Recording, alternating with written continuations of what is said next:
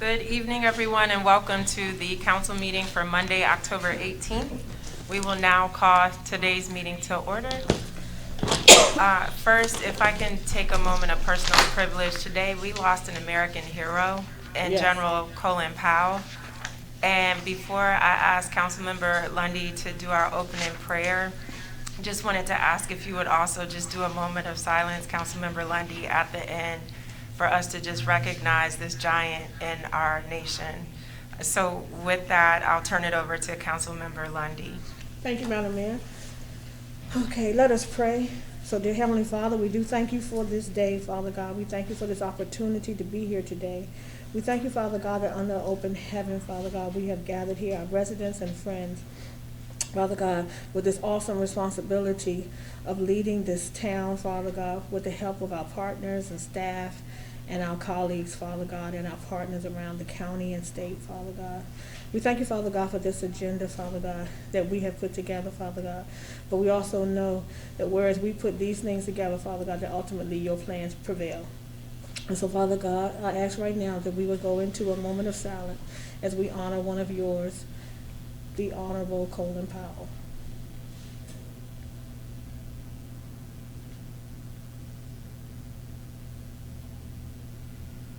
Thank you. Amen. Thank you so much, Councilmember Lundy, for that prayer and moment of silence.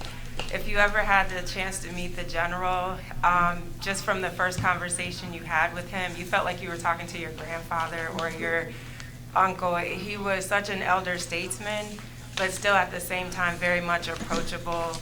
And just knowing, having had the opportunity to meet him and work with him, but then knowing people close to the family, just ask that you keep them all in your prayers during this time.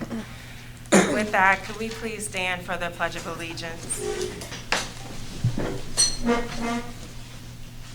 pledge allegiance to the flag of the United States of America and to the republic for which it stands, one nation, under God, indivisible, with liberty and justice for all.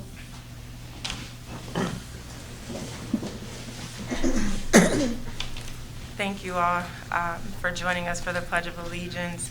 At this time, I would like to announce the Town Council did have a closed session on Sunday, October 3rd, to discuss two personnel items. A motion was taken regarding a personnel action, and then another motion was taken up regarding one of the town ordinances by the council. And again, that was on Sunday, October 3rd at 12 p.m. The next item is the approval of the agenda. And for those who weren't with us in the work session, just want to bring you up to speed. We did run out of time. And so the items that are listed under new business, we covered a few, but there's a good chunk that we weren't able to get to. And there was agreement amongst the council to add those items, or actually just discuss them in the council meeting, since many of them are already on here. Or I should say all of them are on here under section 11, new business. So with that, may I have a motion to approve tonight's agenda? So moved. Moved by Councilmember Rout. Is there a second? A second. Seconded by Councilmember Blunt. Any discussion? Hearing none, I'll call for the vote. All in favor, let it be known by the saying of aye. Aye. Aye. Any nays? The ayes have it. Thank you so much. At this time, I'm pleased to welcome a beautiful young lady to give us her report. This is Ms. Pat Williams, the representative here with us tonight from the Board of... Ms. Pat Williams joins us as the lead for the Board of Supervisors of Elections. I see her on the Zoom. There she is.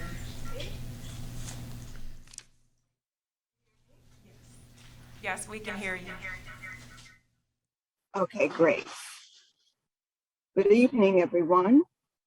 Good evening to our mayor and the council members and all those that are present. I am pleased to say that we had a successful election on October 4th. Lots of our residents turned out to cast their votes.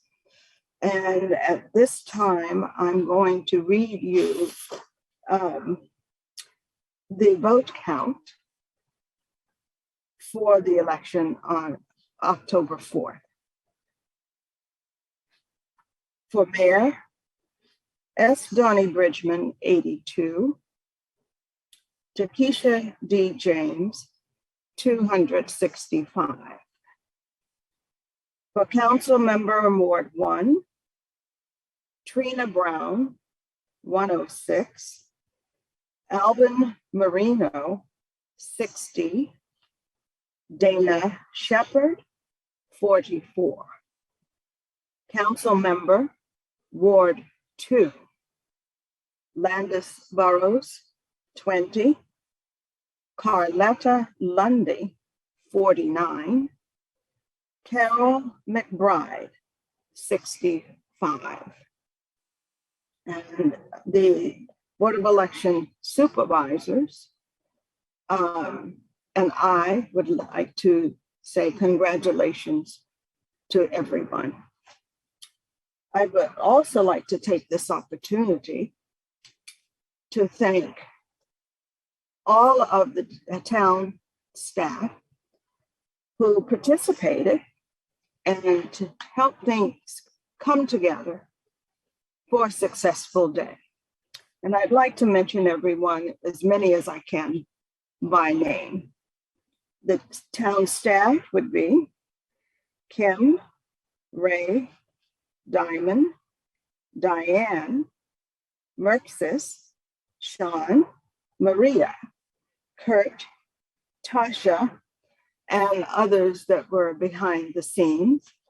I would also like to mention by name those persons who came to help the Board of Election Supervisors in Bladensburg. Much appreciated of their time and much appreciated working with them. Their names are George, Mary, Helen, Jean, Ian, Roxanne, and Sheldon from ESS.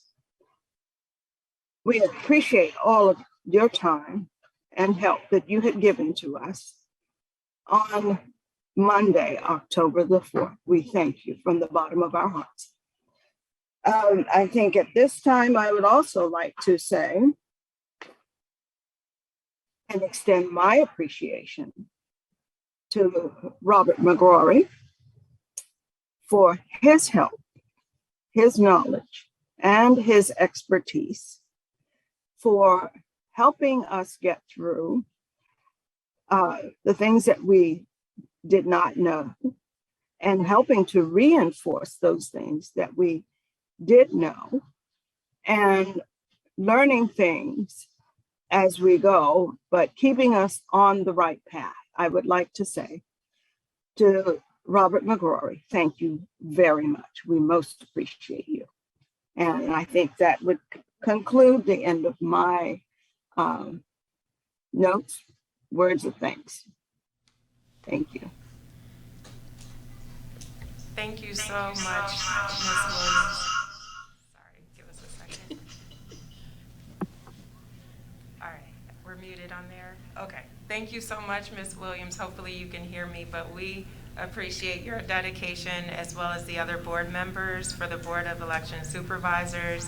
You put in a lot of time on Election Day in addition to prior meetings with preparing things leading up to it, and we don't want to overlook that. We sincerely appreciate all that you did, the staff did, and the vendor who came in with the electronic machines to ensure that we had a smooth transition throughout the election. So thank you all again, and please pass that note of thanks on to the rest of the Board of Supervisors of Elections. Mr. McGrory, anything you want to add before we move on from the staff perspective regarding the elections? No, I will say the board did a great job, and it was a real pleasure to serve in this iterative process. We had some losses and some changes in the leadership, and Ms. Williams stepped up, and the board, I think, just worked extremely well together. They're all very experienced here, having run through this, and so it was a real pleasure to serve with experienced, knowledgeable folks. And the staff participation was also fantastic. Across the board, everybody pitched in as needed and when needed without hesitation. And it's we all feel very strongly about the oaths we take to serve, and the charter of the town of Bladensburg articulates its election process, and it's a real honor to have been a participant in the democracy functioning here in the town of Bladensburg. Thank you. Thank you, Mr. McGrory. Any comments or questions from the council or other staff members for Ms. Williams or Mr. McGrory? Councilmember Rout? Thank you, Mayor James. Council, Town of Bladensburg Administrator, Mr. McGrory. I have a question. We never successfully acknowledged who the Board of Supervisors president is or lead is. So do we have to take an official action today so that we can be able to ratify the results that are being presented to us as per our charter? Please advise. Sure. Well, sorry, I unmuted myself. So the charter does envision that the council appoints a chief judge, and that is to have happened prior to, I believe it's March, and I don't have the charter in front of me at the moment, but apparently there was no quorum at the March meeting. And so what the charter says is that the prior supervisors continue in office. So absent that, the board chose from among its own participants, their leaders.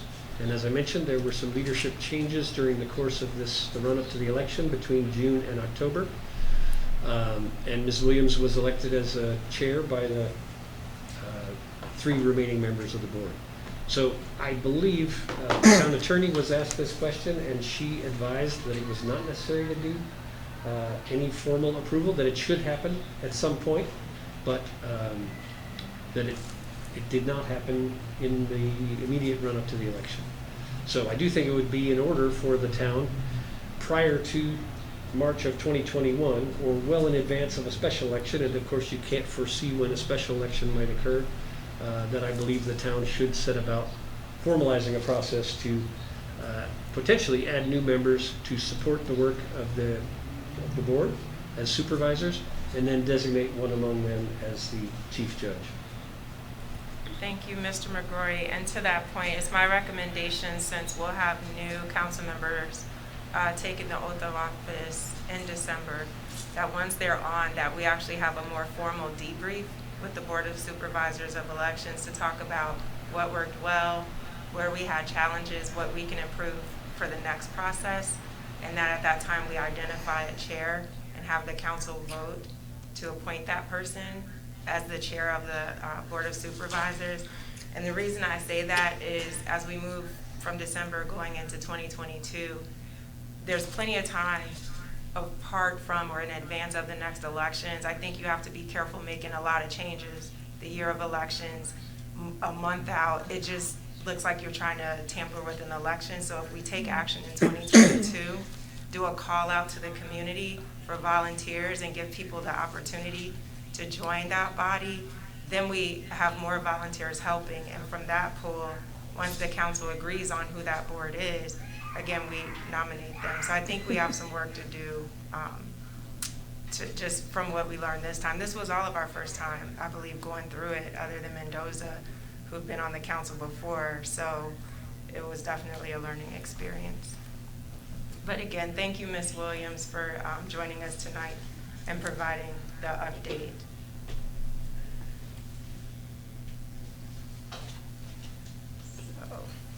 Next up on the agenda, we have, I think this is you, Chief Collington. We're turning it over to you for some recognitions of some of our police officers. We want to, oh, we don't have a microphone at the podium, but we can pull this one up if you want to. You can use this one right here too. It's the closest. Okay. That's all the way over there.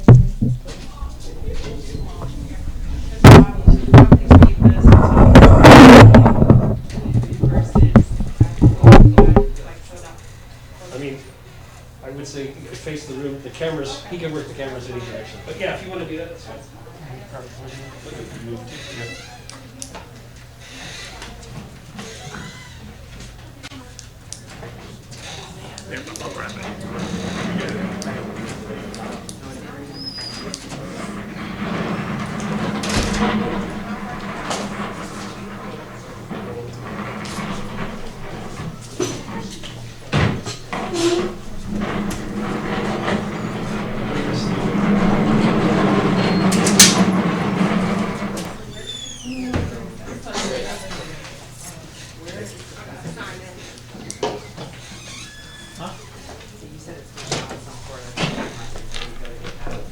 Right. Good afternoon, Mayor, Council, colleagues, community. This is the part of my job where I enjoy, I take pride in presenting our staff who work hard each and every day that they come to work to serve and keep Bladensburg a thriving and safe community. Tonight, I want to recognize just a couple of our officers for the good work that they've done.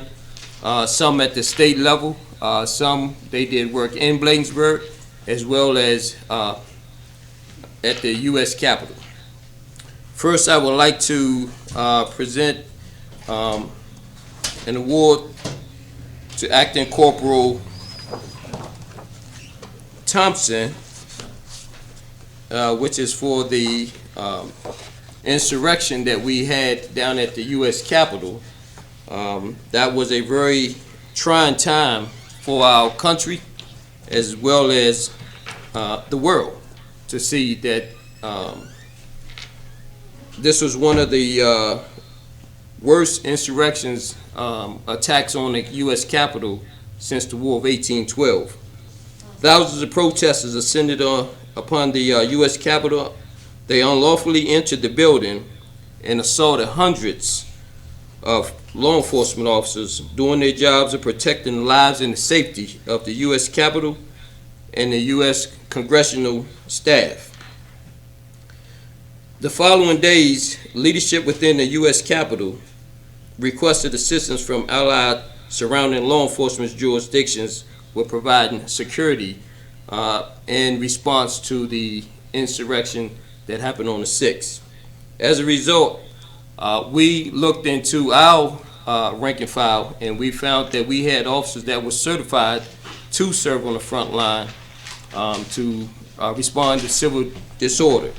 In addition to that, when the U.S. Capitol found out that we were one of the few agencies in the state to have a remote restraint device known as the bowler wrap, they wanted our officers to be on the front line.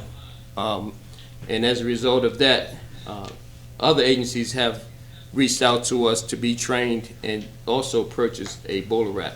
The bowler wrap is a remote restraint system, as I said, and is used to reduce injuries to our staff, law enforcement, as well as to the individuals that we are trying to take in the custody, whether it's for failure to obey a lawful order or someone that's suffering from mental illness. It's a remote, it can be deployed remotely. It wraps the individual up and there's no injuries there. So as a result of that, our officers, Acting Corporal Patrick Thompson and Lieutenant Silvers, were selected from the Bladensburg Police Department to provide security at the Capitol. Both Acting Corporal Thompson and Lieutenant Silvers are trained to address situations of civil disorder. Lieutenant Silvers and Acting Corporal Thompson are being recognized for their relentless, selfless dedication and commitment to protecting the lives and safety of the U.S. Capitol as well as Congress. Their bravery and courage and contributions demonstrated a positive reflection upon themselves and the Bladensburg Police Department. Their actions had a significant impact upon the community and contributed significantly to the vision, mission, and values of the Bladensburg Police Department. The team continues to lead by example, reflecting a positive image upon the town of Bladensburg and themselves and the allied law enforcement agencies that they serve with. And I'd like to present tonight I think Lieutenant Silvers is not here, so we'll just recognize, we'll give him his certificate, but we recognize Acting Corporal Thompson. Thanks, sir.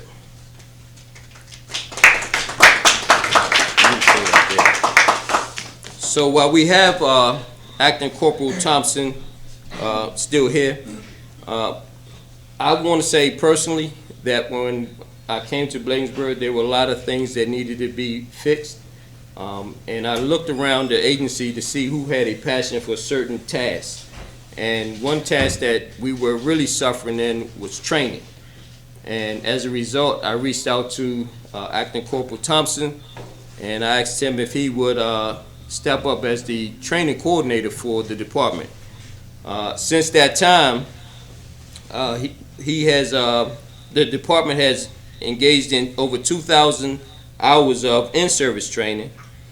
He researched and found us the less lethal weapons that I talked about earlier, the bowler wrap. He upgraded our policies and our standards. He's well respected among state instructors from the Maryland Police Training Commission. When Acting Corporal Thompson put out a lesson plan, it's approved in record time because they know that he knows what he's doing, and he puts a fantastic training outline together.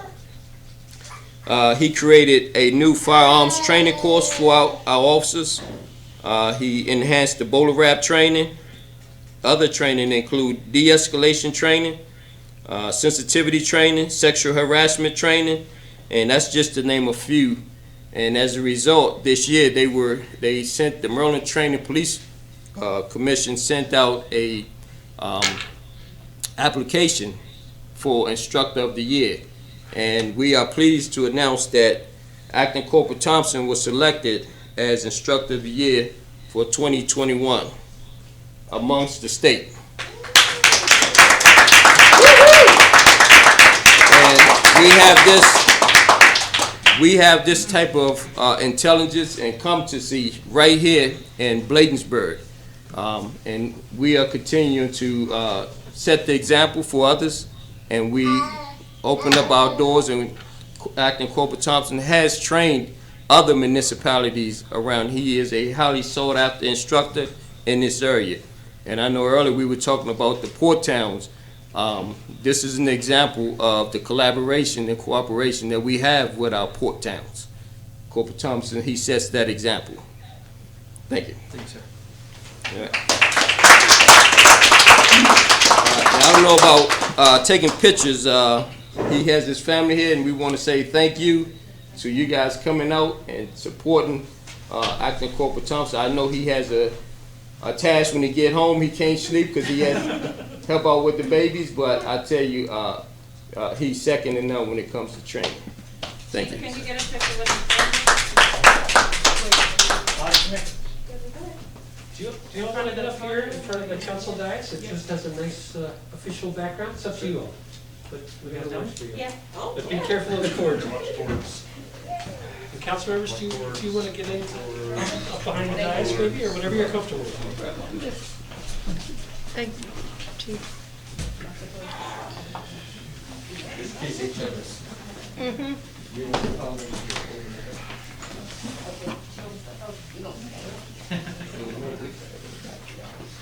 Is everybody up?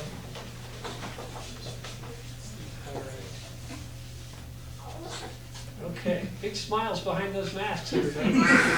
Congrats so much. Well done. Perfect, thank you. And I put a little dish out over there. I don't know if anybody needs to grab a hand or something. Thank you.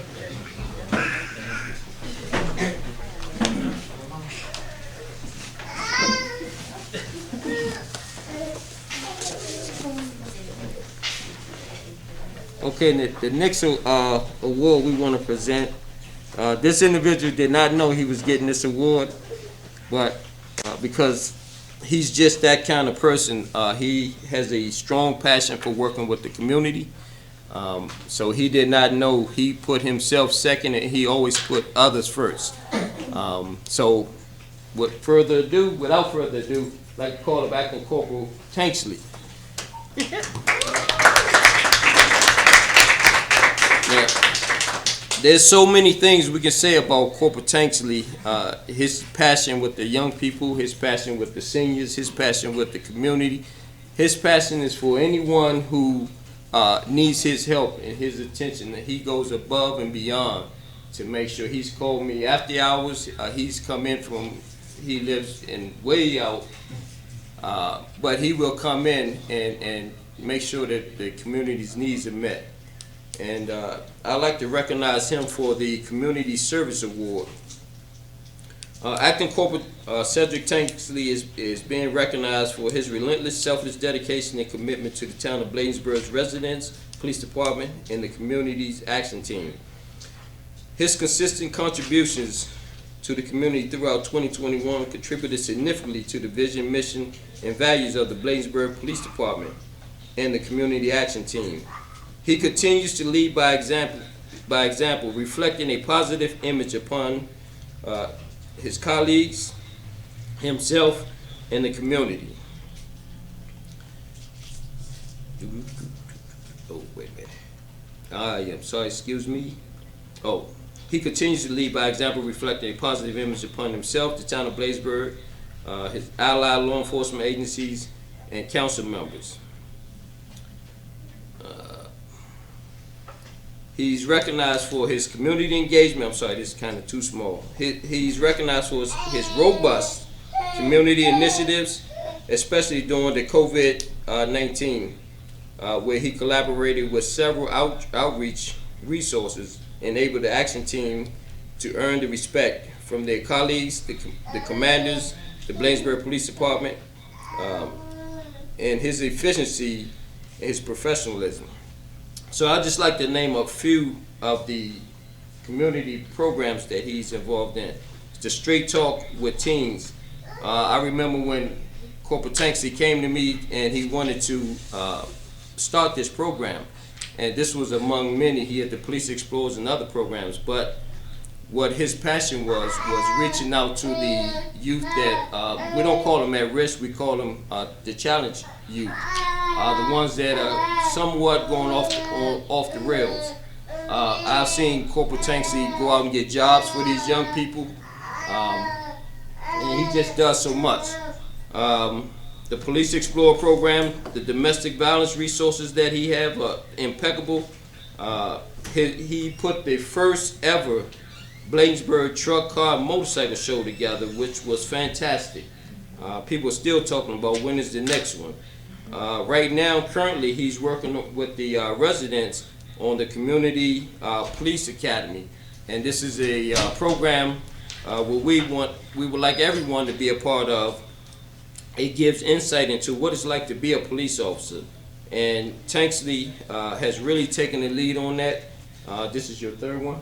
Yes, sir. This is the third session that's happening now. And we encourage all our residents, especially during these challenging times where there's a lot of mistrust between law enforcement and community. We invite everyone to join the Citizen Police Academy. He's helped out with the food distribution, the job fair, and he's also, I like to call him a school ambassador, because he is very well respected in all 7 of our schools in the town of Bladensburg. When I'm looking for him, he's always in one of the 7 schools. And that speaks volumes to his commitment to serving the community and serving with our youth, as well as building relationships with the educators. So with that, I just want to say thank you, sir. Much appreciated. All right. Thank you.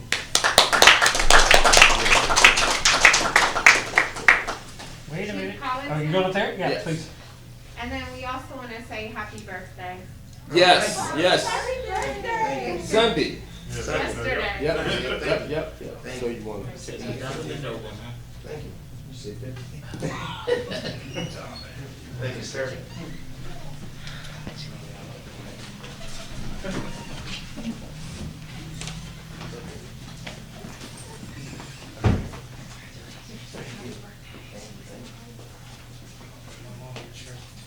All right, I know this is.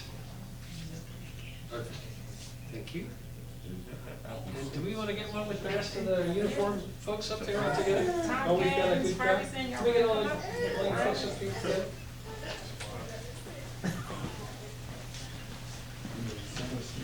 Chief, you want to join us? Yes, sir.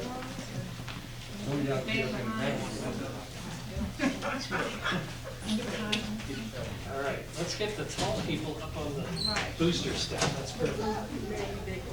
You did not. You went next to me though. He did say talk. All right, once again, smile behind those masks. Well done. Thank you all.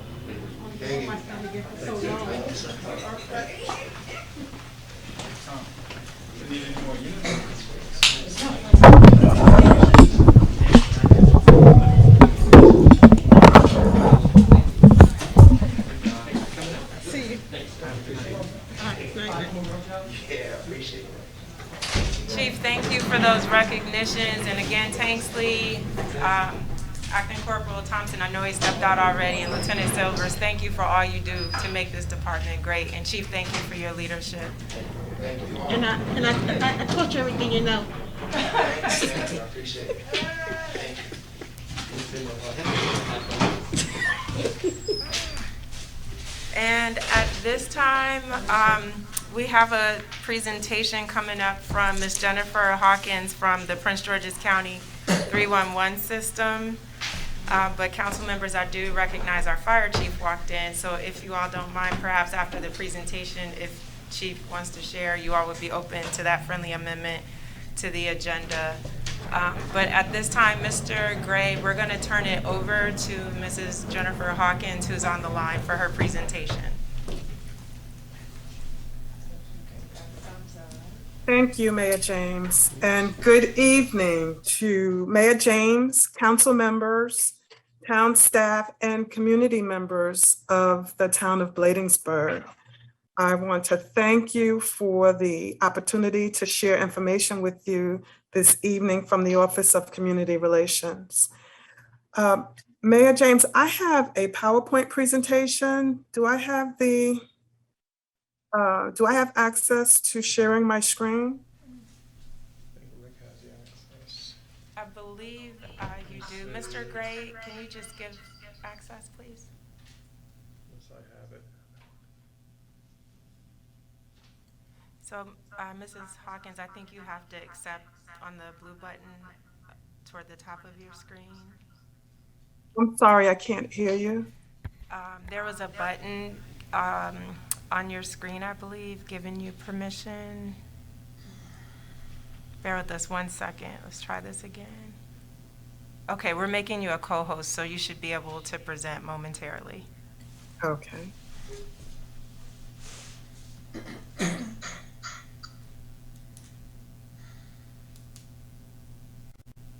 Okay, can you see my screen with the Yes. PowerPoint presentation? Okay.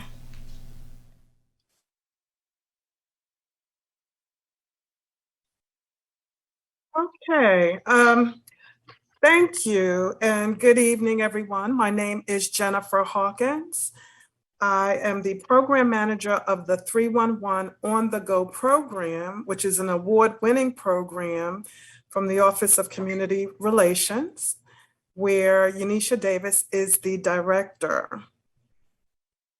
The exciting news I'd like to share with everyone this evening is about the launch of our new PGC 311 system. But before I do that, I just want to share a little information about the program that I am responsible for.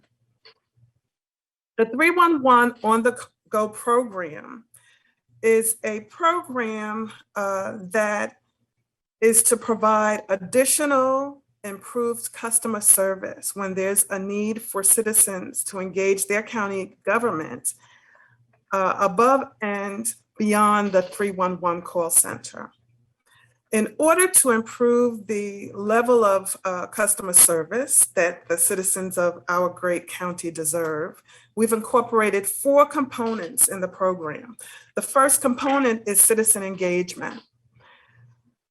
The 311 On the Go team, we are out and about in your community.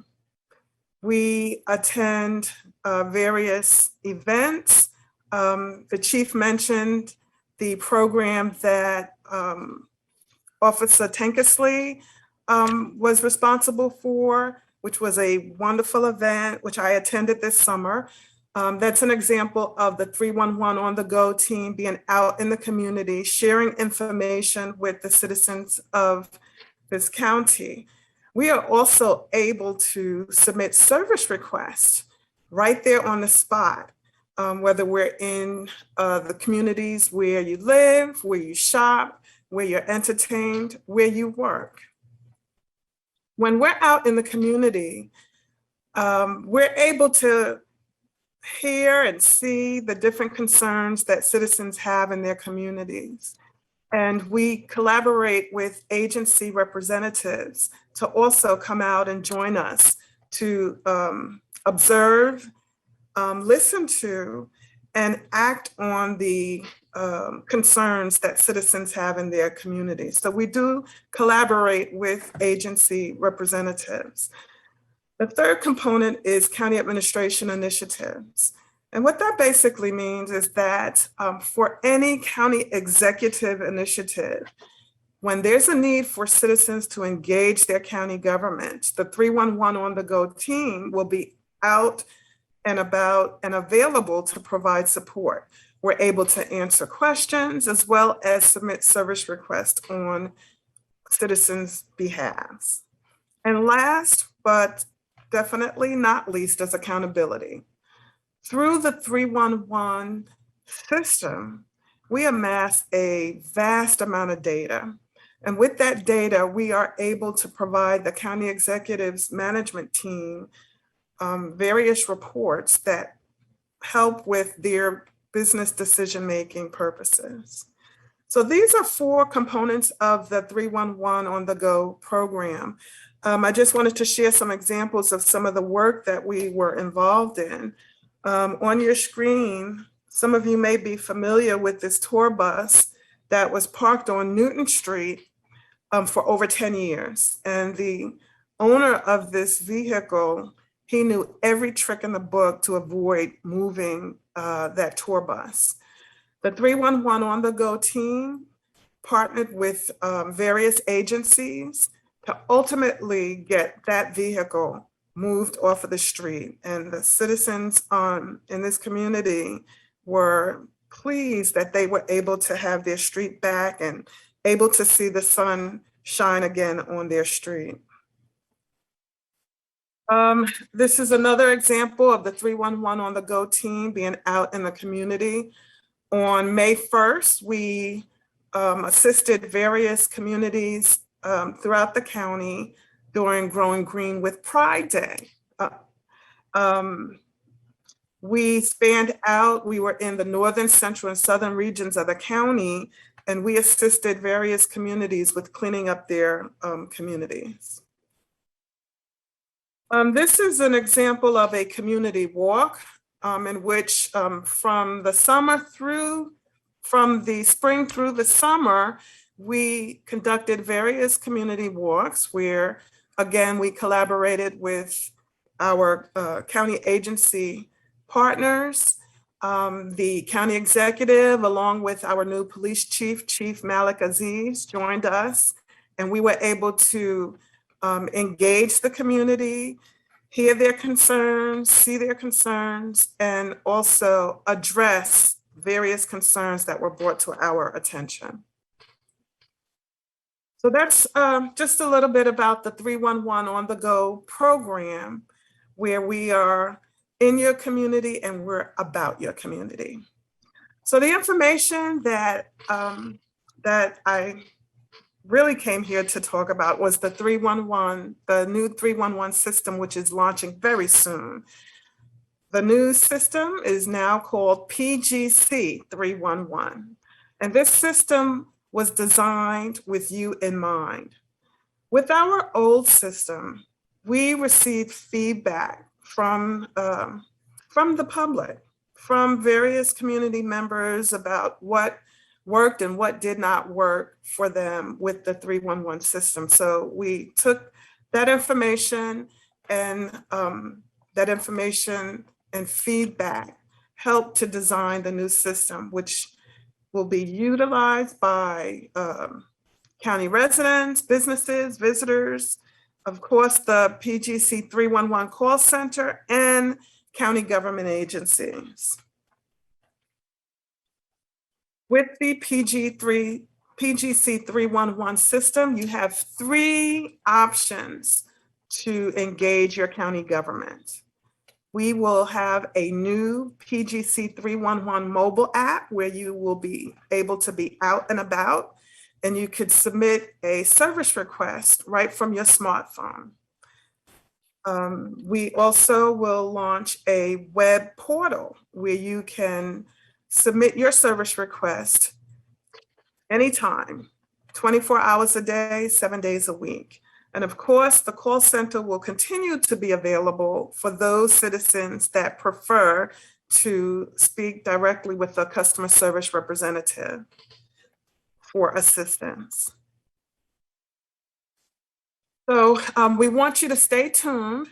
The launch is coming very soon, and we're really trying to promote the mobile app, as it will really be a very easy, user-friendly tool that you can use to submit service requests. So this is an example of the logo. This is what you will see if you download the mobile app from either Google Play or the Apple App Store. And on the right, you will see the landing screen of the mobile app. And the mobile app and the web portal will mirror each other. So this is what you will see whether you're on the online system or on the mobile app. So at your fingertips, you will be able to submit service requests, look at recently submitted service requests from other citizens in the county. If you choose to register for an account, you can view any of the service requests that you've submitted in the past. And lastly, you have access to a huge, robust knowledge base database. So we've worked with all of the county agencies to create FAQs so that information will be readily available at your fingertips. So some of the other features of the new system, as I mentioned, there is a robust knowledge base. Believe it or not, many of the calls we receive through the call center do not result in an actual service request. Many citizens call into the call center for information. So you will have the information at your fingertips that you can access instead of calling into the call center. When you submit a service request, you will also receive alerts from the point of creation of your service request through resolution. So in the past, some of the feedback we received was that once a request was submitted, citizens stated that they didn't know the status of their request. And sometimes it felt like it fell into a black hole. Well, that will no longer be the case. You will receive alerts as the agencies update the service requests as they action the concern that you've brought to the county's attention. Another additional feedback we received was that sometimes it was difficult to determine which service request type to select for the service that was requested. So with this new system, we have a robust search engine. So you can just enter some keywords and a list of related service requests will display. And along with those service requests, you will also have descriptors. So it's a brief description of each service request. Another neat feature with our system is that you can provide feedback. So from the point of submitting your service request, you will receive a link to submit a survey where you can provide your feedback. From the point of submitting your service request, whether it's online or through the call center, and also at the point of resolution. So you're able to provide feedback on the work that the agencies delivered as well. So we want to hear from you. We would like to continue to improve this system. And the only way to improve this system on a continual basis is from listening to the citizens that are utilizing the new PGC 311 system. So some of the things that you'll be able to do, you can add a photo to your service request, whether it's through the mobile app, on your tablet, or through the online service. You can, as I mentioned, access our robust knowledge base for information. And you can also register for an account. Registering for an account is not mandatory. However, we do recommend that you register for an account so that you can track any and all service requests that you submit. Another neat feature is that you can drop a pin on the map, which will identify the exact location of the location of where the concern is located. So sometimes there may be, maybe as an example, a pothole on a street and there's no exact location, address. Well, if you drop a pin where that pothole is located, the mobile app will know your exact location. And lastly, again, I'd like to reiterate is that you will receive alerts and notifications through the life cycle of your service request. So before I leave you, I do want to just reiterate to you that the PGC 311 system will be a game changer. We believe it will be much easier for you to use and to navigate. And we're really excited to provide this new innovative system to the citizens of Prince George's County. And on the screen is my contact information.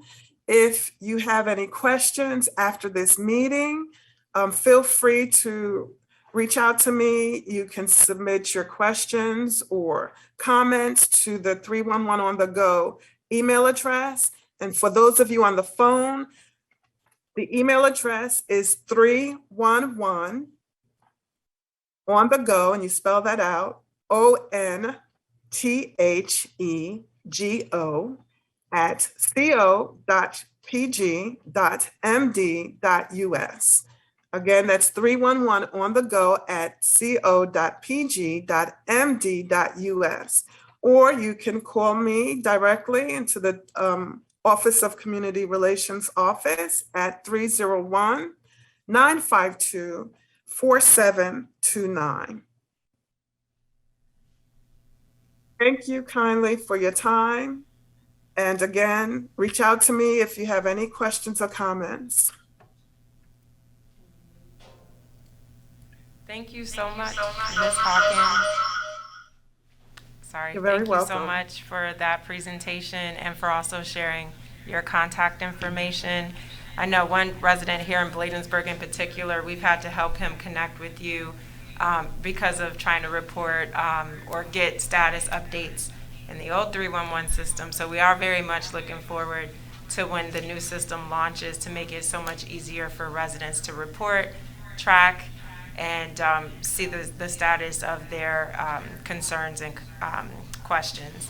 So with that, I just, before we move on, want to again thank you and ask if there are any questions from the council at this time.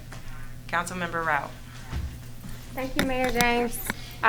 This is going to be definitely a game changer. Ms. Hawkins, I have a question. Are there any plans in the future to be able to map this system with any municipal systems? And I ask this question because we, the town of Bladensburg, have been trying to procure a system to do similar things, like, for example, for our code enforcement violations, to be able to have the residents be able to do a lot of the things that you shared today. Are there any plans on being able to recommend how the towns or other municipalities can interface with your system, or is that a wish? I mean, in my brain, it just seems like a perfect merger of what could definitely be a game changer if we could piggyback off of your system or ride off of it. So the technology does exist to integrate other systems with our PGC 311 system. The vendor for this new system is Salesforce, and it is a state-of-the-art customer relationship management tool. There is an interactive feature to our new system. An example of that is for those services that the county does not have jurisdiction over, and municipality related concern is an example. And so if a citizen submits a service request for a concern that is the responsibility of the municipality, they will receive a notice or an alert letting them know that that particular concern belongs to the municipality, and either a link and or a phone number for the municipality will be provided. I think your suggestion is a great one, and I will take that feedback back to the project team. And the first hurdle is to get the system launched for the entire county. And with the API technology, which will allow other systems to integrate, I know we're looking at integrating with other systems. So I will take your feedback back. Thank you for that. Thank you, Ms. Hawkins. One more question for you from Councilmember Lundy. Hi, Ms. Hawkins. So I don't know if it's Hello. a question or not, but I'm glad my colleague asked that question because I wrote down on my pad to ask you that same question as well. But what I wanted to say, congratulations on this. I'm really excited about it. And especially I like the feature of the PIN feature. I love that. In fact, in asking that question about the integration or interface for municipalities to be able to access the database to get those pictures, that way residents wouldn't have, that's why we wouldn't have to double dip or what have you. So I just wanted to say I really love that feature and the great way, the way this new system is moving. So kudos and congratulations to the team for doing this and moving in this direction. Thank you, appreciate it. I'll share your feedback. Any questions from the staff before we let Mrs. Hawkins go? Okay, and no questions from Councilmember Blount? All right, thank you again, Ms. Hawkins, for joining us. Appreciate this, and we're looking forward to the official launch. I tried to see if the app was just preliminarily available, and I see it's not. So I'll just keep checking in the App Store. It's coming. And we will share, more information once the system is available and it goes live. We will be sharing that information in every possible way that we can. So you will get information and notification of the launch of the new system. Thank you. Great, thank you. I'm just going to drop some information in your chat that you may find helpful. But thank you again for the invitation. And again, feel free to reach out to me if you have any questions after this meeting. Great, thank you so much. You're very welcome. Okay. So at this time, council members, as I mentioned, we do have the fire chief with us, which I know it's tough for him to get away. So if you all don't mind, I'd love to just give him an opportunity to speak and share some updates with us. Any concerns with that from the council? Okay. We may have to increase the height of that microphone for you, chief, right? There we go. I'll get down, but I'll never get back up. Thank you, sir. Good evening, Madam Mayor and Council, Chief. You guys mind if I pull this down, or you guys want me to keep it up? You're fine. You can take it down. Okay. It's hard to understand me without one on. It's even harder with one on. Just for update real quick.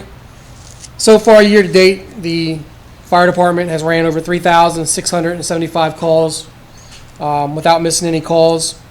Our call volume is still down due to COVID. Generally, about this time, we're in the 5,000 range. So we're still looking at a low number for responses this year. I'll give you guys a quick update of what's going on next door. Earlier in the year, we did receive a FEMA grant for $67,000. That grant was used to purchase a cascade system. For you guys that don't know what a cascade system is, it's what we use to refill our cylinders after a fire. Prior to that, we would have to go to Brentwood or College Park to fill them up. We now have the capabilities to do so in our own station without having to depend on somebody else. I will say that we have met a little bit of resistance from the county fire department with that. The fire chief has said that they don't maintain it and they can't guarantee the air quality coming out of there, which when I submitted my letter to the county fire department, I said I would give you the air quality every 3 months as required by an FPA and give you all maintenance records. But she didn't want to accept it to put it on any type of county maintenance. So we will be maintaining it and having the records for all air quality involving that. We received another grant just recently, last month, from FEMA for $43,000. That would be to purchase all new fire hose as well as appliances for our engines. We're looking to probably spend about $38,000 on that to do 3 engines. And that will still leave us a truck company to work on. The new engine, I'm sure some of y'all have seen on my social media, is in. It is a 2021 Marauder Seagrave. That was paid out at $681,900 at no cost to any taxpayer. So we did that with all the funds raised through our bingo. Yes. It is currently up in Jessup right now, getting the radios installed and the computers mounted. From there, it will go to St. Mary's County to have all the equipment mounted on it. Again, that will be an additional cost of almost $14,000 at no cost to taxpayers. The new ambulance, I spoke to Brian Griffin yesterday. It is at this stage for us to go to final construction, or also what's known as pre-con, where we will detail the layout of all the stickers and where we want stuff in the actual box. So it will be ready to go to Florida here within the next 2 to 3 weeks to complete the final build. And once it is in Florida, we're still looking at about a March delivery date for the new ambulance. The training classroom, as you guys know, I know the chief knows, is all done and completed. A lot of people have been using it. A lot of outside agencies, Christian fellowship groups and others have been using it, so the word is getting out about it. It is a community classroom. It's not just for the fire department. It's for everybody. And I've been, everywhere I go and people I talk to, I've made, hey, classroom's here. You want to come use it, let us know. We're all about it. One of the things that we've done with that classroom is we turned it into its own foundation. So it is the William Philpott Training Foundation at the Bladensburg Volunteer Fire Department. And we did that for a number of reasons, and if you guys want to learn about those, I will get into them at a later time. But it's a benefit overall, not only for the town, but for the fire department as well. We have an outside training company coming in December that will be teaching rapid intervention classes. It will be what's known as a RIT weekend. The company is coming from Florida, and it's to show our guys new techniques about being able to save your own as well as pulling people out of fires. There has been so much advancement as far as thermal imagery, using the cameras and stuff like that, and they're bringing us all the latest stuff up to us. The training classroom and the foundation has been recognized by the fire chief of the county as the Northside Training Center for the volunteers. We are currently using the second floor. I'm sure you guys saw the big dumpster again show up because we're doing building a drop floor, some rooms where you can actually pull drywall down because, believe it or not, there's an art to pulling down drywall, and some other parts for search and rescue, as well as being able to integrate it with police training. I've had a couple of my training captains from my job, which I'm in law enforcement as a full-time officer, come up, and we've been looking at different things that can be used so that we can utilize it with the town, county, and other municipalities. On Sunday, this is what really makes me proud. We went to an antique muster down in La Plata. There was over 30 different apparatus ranging from 1874 all the way to 1988. It was for all antique fire apparatus. The reason I say it makes me proud of that is while I was down there, our engine 9-1, our antique, was a big talk of it, but this council was actually a very big talk of it. Because the question came to me is, Chief, how do you get your mayor and council to support you? And the answer I gave everybody was go talk to them. Because they don't understand how we have such a great working relationship and how I can pick up the phone and call and be like, hey, I need advice, or hey, which direction do I go, or can you help me out? They don't understand how we have that working relationship. So the word of the town of Bladensburg is out there. I know Chief Demerit has talked to you on numerous occasions. Chief Fowler from Silver Hill, again, praises the mayor and the council.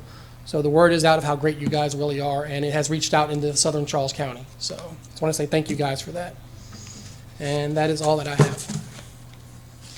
Great, thank you, Chief Sumner. Any questions from the team or comments? I know I want to just commend the Ladies Auxiliary for fundraising, because they're at that hall Friday night, Saturday, all day, Sunday,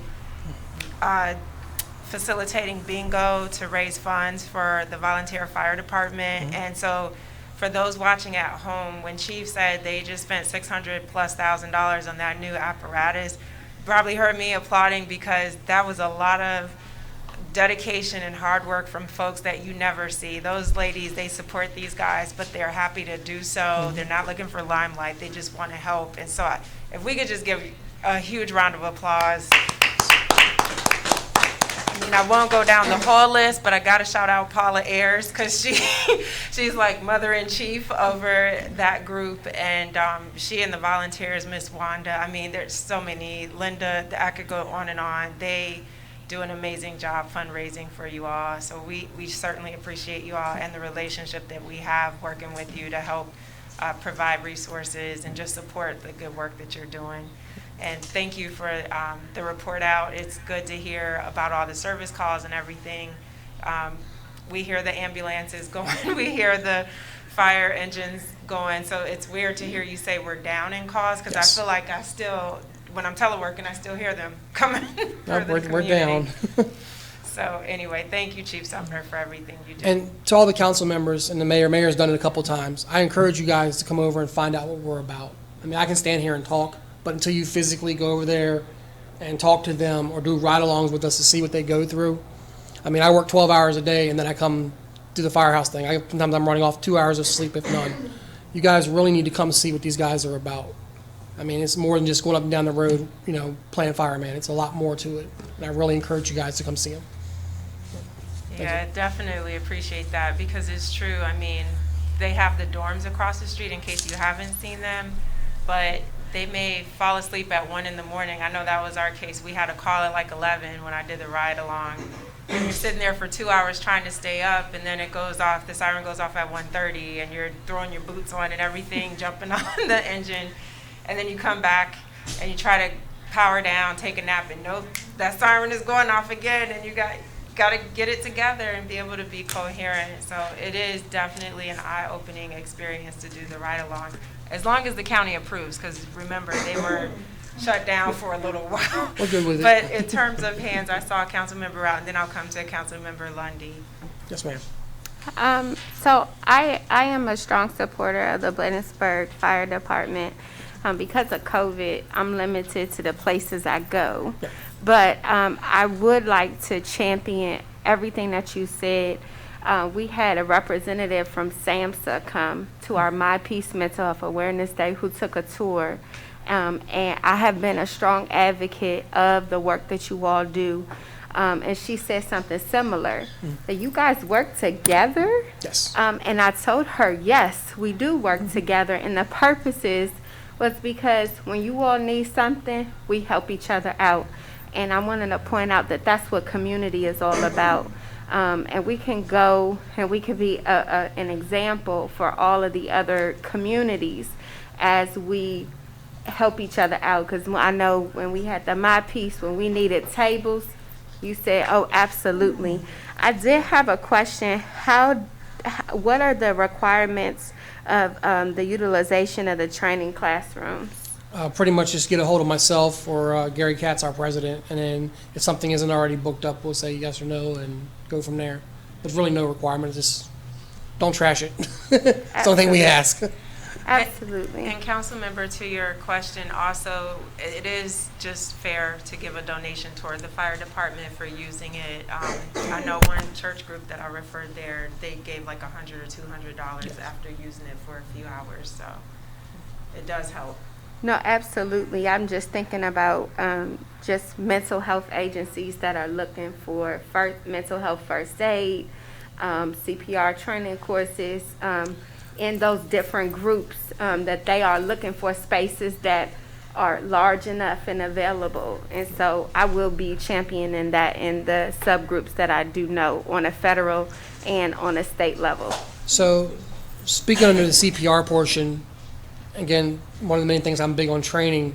I've also recently this year got us recognized under ASHI, American Safety and Health Institute, that our fire department is actually a recognized training center for ASHI now. I am one of the lead instructors for that, and we will have 2 more instructors coming online very shortly, so we will actually be offering community CPR through that training classroom shortly. That's great. Councilmember Lundy? Okay, so I'll go from the bottom up. Okay. Let's just start with the most recent thing. So for training, Yes, ma'am. so when it comes to that space, the space that is available, is that just limited to fire department type stuff, health? Is it any of our stakeholders or community? Are you referring to the classroom or The classroom training? No, it's open to anybody. Oh, that's fabulous. Okay, and we just contact you? Yes, ma'am. What is your number? Four. Oh, you wanna give it out number? It's everybody in the world has it. Go ahead. So, I know, but you know you have to ask me seconds. Go ahead. 434 4 987 Uh-huh. 1601. 1601. And is there a public calendar? There is not a public calendar. We're still working on that, trying to come up with one for Google Docs and do one. And how soon do you think that would be? It depends on how fast our IT goes. Oh, Right now, we're in the middle of redoing all of our infrastructure for our IT because we couldn't get Wi-Fi to work from one end of the building to the other. So currently, we're working on that. so we just keep getting in touch with you? Yes, ma'am. Okay, also, I wanted to let you know, there's definitely a firm support. I don't know if you know it now, because as our mayor had said, you know, people who are doing service don't necessarily look for limelight. Right. But just to let you know, when you made your comment about coming over and see what's going on, I have been to the fire department, I've visited the fire department, I've been scared of the dog, I've been inside on numerous occasions. So the key to Miles, and the mayor will tell you, if you bring him an apple, he will love you for life. Okay, so, and also I was very instrumental, working with one of my colleagues, Councilmember Rowley, making sure that the fire department had food during that Yes. time as well. So And we were did very grateful for donate this. that, and no problem, but as our mayor said, you don't look for limelight, but we do serve. Also, a good suggestion from the chief, so you did make a good suggestion. I would suggest moving forward with, as the new council comes on, that as the mayor goes, that there would be like a delegation. Okay. So that would be a good suggestion, even if it's a verbal, I mean, if it's a virtual, you can do a virtual tour too, right? I don't know if you all are doing that with technology, but if not, maybe some of the council members could go as a delegation, certain days or what have you, that would be good as well. As long as we wear our mask and all that kind of stuff, I think we'd be safe. So, and I appreciate everything that you're doing, and I look forward to working with you, moving from the elected official side back to the community resident side. So I'm excited about what you're doing and championing the fire department, as I've already done and will continue to do as long as I'm a resident here in Bladensburg. Thank you, ma'am. Thank you, Chief. Again, appreciate your time. I can't believe you were actually able to stay without having to run out the door, so we did it. We got I haven't heard you him go in. by, so we're good right now. Okay. All right, again, thanks for joining. So we will continue on with the agenda if there are no other questions for Chief. So the next item is the approval of minutes, but I don't believe we received the minutes. So we just ask for a motion to table that until the November meeting. So move. Moved by Councilmember Rout. Is there a second? Second. Seconded by Councilmember Blunt. Any discussion? Hearing none, I'll call for the vote. All in favor, let it be known by the saying of aye. Aye. Aye. Any nays? The ayes have it. Thank you. At this time, I'll turn it over to, is it Ms. Griffin or Mr. McGrory for public comments? We have Ray Jeffries Oh, standing okay. by, and Ray, if Mr. you want to come out to the Jeffries. podium. Oh, shoot, I meant to keep that up. Oh, I'm sorry.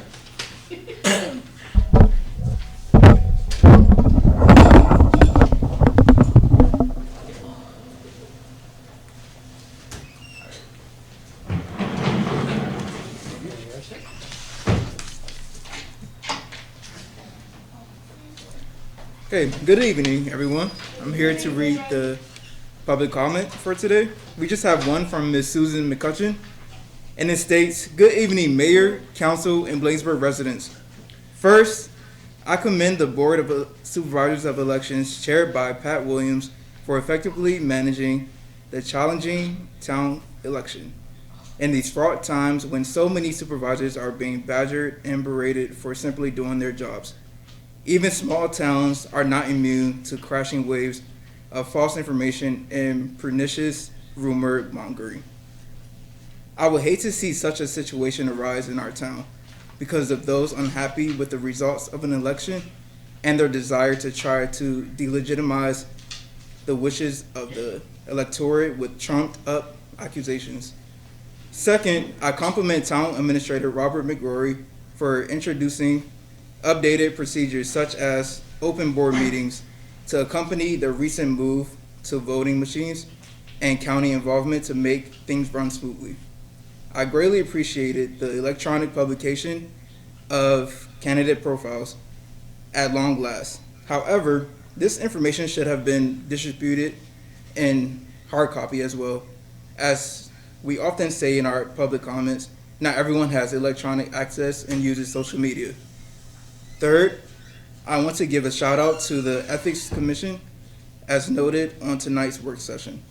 They are volunteers who have the thankless jobs of addressing sensitive issues that may arise. There must always be a mechanism for residents to submit their concerns to be reviewed and acted on if found to be appropriate. Residents need to be reminded more often about the existence of the commission so they will know they have a path to document their concerns. Fourth and finally, we are continuing to get out information to the public about SC Maglev Transportation Project and promoting the no-bill option. The Federal Railroad Administration has the project on pause, but plans are going on behind the scenes. If anyone receives a letter from the Baltimore-Washington Rapid Rail and environmental or other issues, please be sure to send it to me, tkdmccutch@yahoo.com. The company is pressure campaigning as though the project has been approved. Some homeowners, associations, and property owners have been upset by the authoritative tone of letters they have received in response deadlines indicated. That is the end of the comment, and that's all I have for tonight. Thank you so much, Mr. Jeffries. And thank you, Ms. McCutcheon, for writing in your public comment. At this time, again, we'll skip over the unfinished business as we said in the work session for the sake of time. Moving on to financial business, there are no items noted there. The next item, Councilmember Lundy, I believe you added this to the agenda, Parkway. Oh, yes, thank you, Madam Mayor. Okay, so much to talk about that. Okay, so, I believe it was in September. I think it was September, Councilmember Blunt, that we went over there. I think right after the mayor gave us the information. Yeah, after Mayor James gave us the information to take to a couple of residents over there who were experiencing some rental issues with the possibility of eviction. And so And entering this property, and speaking for myself, I can't speak for my colleague, she can speak for her own self. Just was kind of, it was rough. Entered the property, first of all, we entered the property and saw that, first of all, the property wasn't secure. The door was ajar, anybody could go in there. And when we went in there, because I was expecting to ring the bell and, you know, all that good stuff, because I thought it was a secure property. So anyway, so we went into the property. As we walked in, just the overall smell of the interior kind of like knocked me out. So when I walked in, I was like bombarded with that smell of carpet, and someone like myself who has issues with, you know, asthma and all that kind of stuff like that. It was kind of rough. And then just looking at the overall interior of the building was really worn down. It was horrible. I was afraid to get on the elevator, because when I pushed the button to the elevator, it got stuck inside, and I was afraid, but I prayed, and I got on it because I had to do something. I had to deliver these packages to the two residents there, and that's what we did. And so I did that. But anyway, so after seeing that property, Councilmember Blunt and myself, we decided that we needed to do something to see how we could help as a municipality. Because this property, Parkway Condominiums, is in our municipality. And so I reached out to the Division Chief, Common Ownership Communities, who is also under the Prince George's County Office of Community Relations. And very informative conversation. And she had said that she is very familiar with this property. And just from being on the council for 2.5 years, God willing in December it'll be 3 years, this property has been like this for a minute, for years. In fact, I sent the mayor and the council members and the town administrator a video of this property from 2012. I don't know if it went to chief or not, but I sent it to, at least I know I sent it to the colleagues, to my mayor and council and, you know, the town administrator, of a video from 2012 of another management company that was at the time, and oh my goodness, what has transpired between 2012 and now. I mean, they had chandeliers and lighting, a little seating area, carpet was clean, everything was prestige, the mailboxes were fixed. In fact, when I went there one day, I saw one of our staff members who lives there, not mentioning his name, who lives there, he was fixing on the mailboxes. And you know, I was surprised to see him when I walked in the building. But he was helpful because he helped me find the number to one of the apartments, because I had to go back because the way that the apartments were situated, I couldn't find the apartment of the resident. So he helped me to know where I was going. So I really appreciate him, and he knows who he is. So I contacted Ms. Bailey. I reached out to the county exec municipal liaison, Denise Ross. And she helped me and point me in the right direction to even reach out to the division chief, Ms. Bailey, who's been helpful to me. And so she did tell me what we can do as a municipality, and I wanted, first of all, I'm going to make these recommendations based on my conversation with Ms. Bailey. So this is not coming from Carletta. This is coming from the recommendation of the office who works with these HOAs and all that. And not knowing the history over the years since 2012 of what we have done to assist as a municipality, the property, the board members, and the residents. So I still haven't received, before I go to the other point, I still haven't received from Ms. Bailey. I requested the name of the board members from the Parkway Condo Association. I requested the name of the current management company. I requested the name of the attorney. And I requested if Parkway Condominiums is registered or not. And I haven't heard back from Ms. Bailey. I really expect to hear back from her soon when I follow up with her, as I know she's going to be very responsive under the county exec, Prince George's County. So one of her recommendations is that because this property is within our I'm sorry, municipality. Councilmember Lundy, so we do have times next to the item, so the Okay, well, let timer me get just to went this. off, but I just wanted to kind of give you an extra minute to Okay, wrap up. all right. So this, so thank you. So this is very important.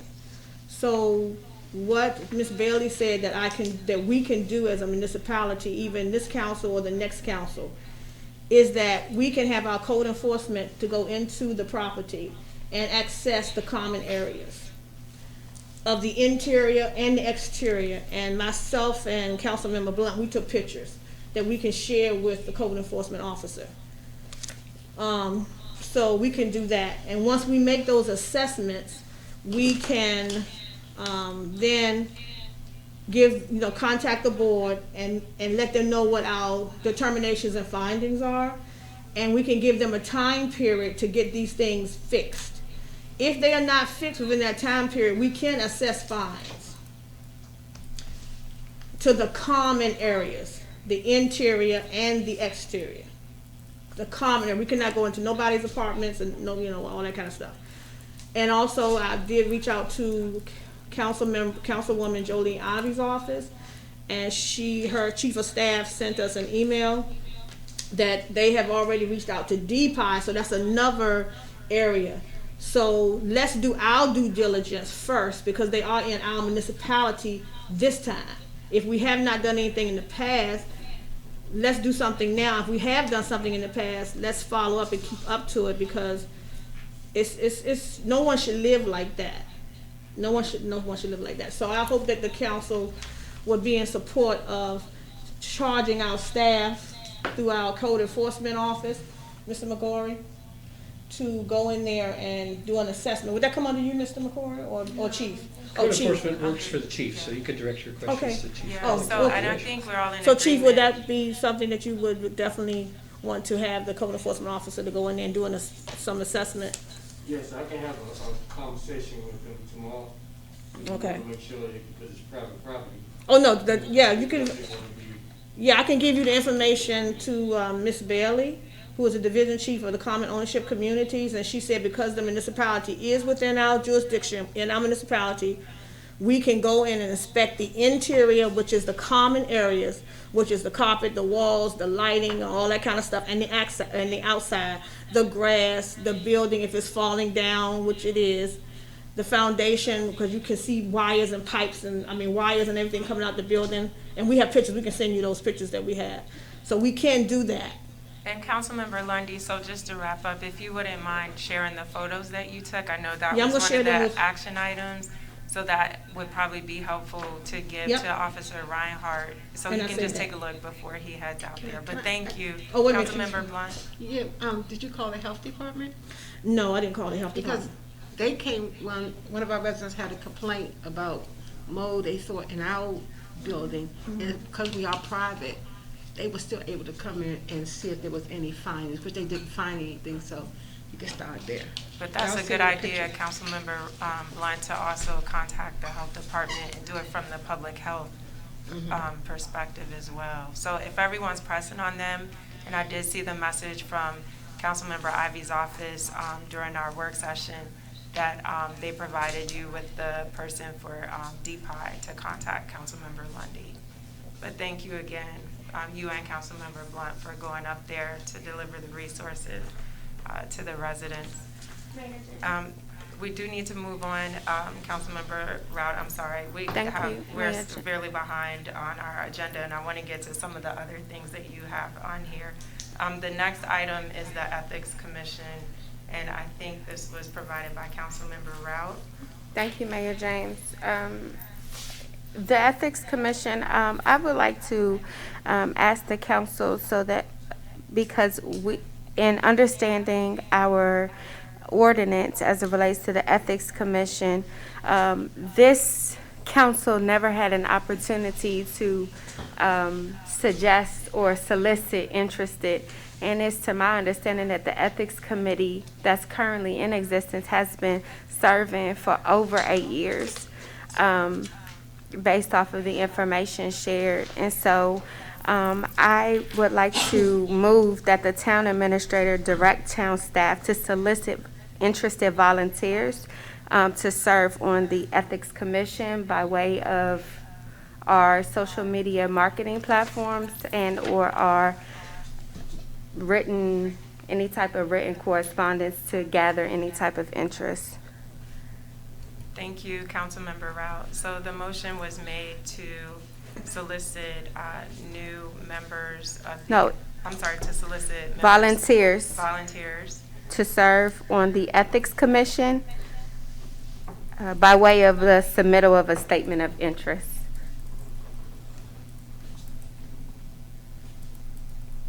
Is there a second? I'll second. And any further discussion? Hearing none, I'll call for the vote. All in favor, let it be known by the saying of aye. Aye. Any nays? The ayes have it. Thank you so much. The next item that we have, let me just make sure, because I know some of this was moved from the work session, was the fiscal forensic audit. Councilmember Rout? Yes, thank you so much. So thank you, Mr. McGrory, for sending over the information regarding the fiscal forensic audit. As you weren't present during that time, but the town council went back and forth with understanding more as it relates to measuring the amount of I guess resources that we have and proper use of that, and that would be the purpose of this audit. To my knowledge, there hasn't been any movement on that, and so by way of a direction, can an RFP be written? So I moved to direct town staff to write an RFP to solicit a request for proposal for a fiscal forensic audit no later than November 1st. Thank you, Councilmember Rout. Is there a second? Seconded. Seconded by Councilmember Lundy. Now we'll move to discussion. And for the benefit of the public, as was shared in our council packets, when you hear of the term forensic audit, they cover a wide range of investigative activities. They're often conducted to prosecute a party for fraud, embezzlement, or other financial crimes, and the description goes on from there. And so to that point, I would ask, has there been any sort of criminal report filed with the police department or something detailing what the allegations are? Councilmember Rout? Thank you, Mayor James. I was prepared for you to ask that question because it's been asked in written correspondence. But the citizens of the town of Bladensburg, by whom I represent, have stated that they have been asking because there are town resources that they feel have been misused or used. And so there has not been a specific no one has went to the police department, but that was one definition of a forensic audit, and I appreciate sharing that.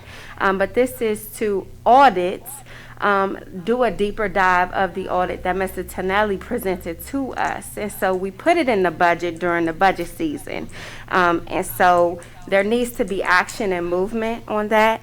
And so I appreciate that is the purpose of an audit, to understand what resources do we have, what resources have been used. We may discover that we have an extra $1 million laying around. Who knows what we will discover? It's not always on the negative side when we think about forensic. I remember in my current place of employment, there was a forensic audit that was done with one particular grant, and there was identified that there was some innocent supplantation of funds, and I used that as innocent because there wasn't a particular motive behind that after it was investigated. But with that, we had more information and knowledge to be able to track. And so this is just being fiduciary responsible. To my knowledge, I'm not sure that there is any criminal activity, and so I welcome the more information that we can do to make sure that things are fiduciary responsible, because we do have we do have something to respond to the public. These are their taxpayer dollars. These are their resources, and the town council has an adequate opportunity to measure and evaluate those. And so we placed it in the budget. There needs to be action that's taken on that. Thank you. I yield back. Thank you. And to that point, I want to make sure that these residents, because I hear that thrown out as though there's tons and tons of people with these complaints, but again, there's no documentation from this group of residents that was substantiated. I do agree, if we're going to do this, and I said this to you all, even when the legal counsel said, well, this can get very expensive, so I don't recommend you go full swath.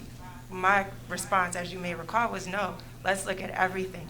The reason I asked for documentation from the residents you refer to is that helps inform the RFP, because staff can put something together, but if that doesn't meet the needs of these constituents you speak of, we're not addressing the concerns that potentially have been brought to your attention. The second thing I would ask is, to your point about taxpayer funds, we have a very serious responsibility with the taxes our residents and business owners pay. And so my recommendation is to make a motion to this amendment that if there's no wrongdoing, that those residents or the council members who support it would be responsible financially for paying the town back. If we're that committed to transparency, put your money where your mouth is. With that, I'll call for the vote. All in favor? No, I'm You sorry. can't do that. Go I ahead, pay Mr. McGrory. taxes. You cannot do that. This is a serious Yeah, thing. you can't do And that. so, And you if- can't do that. that would be my amendment. Okay. It doesn't have Let's to vote fail, on but it. It's on the record. Let's vote on it. It's on the record. But isn't Councilmember Blunt. But when we had these concerns, we put it in the budget already. All of this should have came up Exactly. way before we put the funds in the budget. I don't know what the turn is or what came about doing it, but when we voted on it and talked about it before the money went in the budget, we should have had this discussion then, because if the public want to know, no, they want to know. I mean, if no doing fine, I'm not paying any money back, but I do support it. So that's not even a fair statement to anyone. Thank you, Councilmember Blunt, and I believe Mr. McGrory, you had a Yes. hand up as well. So just two things. There's a difference between the appropriation process in which money is made available for various things, and I'll pick on the police chief because he's got nice shiny cars. So you may put money in the budget to buy police cars, but that is not the same as executing a purchase order to buy the 2021 or the 2021 Ford Tahoe with all the police bells and whistles. So there's usually a two-step process in the procurement, and in this case, money was put in the budget for this purpose. But it's the writing of the RFP that is the technically challenging thing. And one of the reasons I put this definition in the packets was to define this is something that we take very seriously. I've worked for 8 different governments at federal, state, county, and municipal levels, and I've never been subject to a forensic audit. And the town has the benefit of the expertise of its former auditor. Robert Diss is on the line here, and I asked him to come so that he could inform. Now, I've never met Mr. Diss before, but I asked him to come so he could help educate all of us so that we can see where this expedition is going, because I don't have a clear understanding of this, and we pay for an audit, and a forensic audit is a highly nuanced subspecialty. So Mr. Diss McGrory, is he our current auditor? He's not. Okay, so why are we, what? Okay. Mr. McGrory, thank you.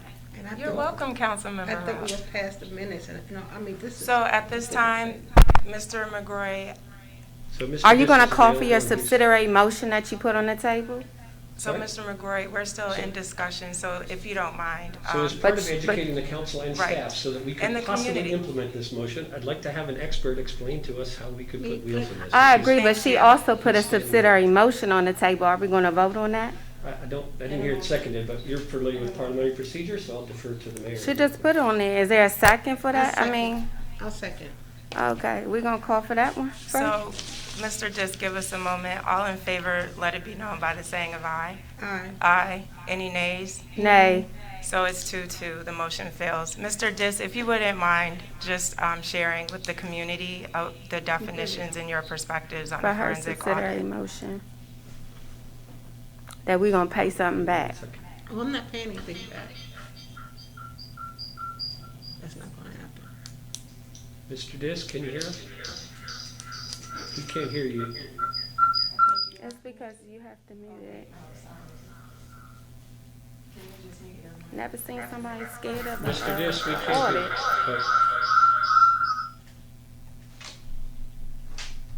All right. Yeah, you all knew we had a speaker and everything. This is crazy. Oh my goodness. It's crazy.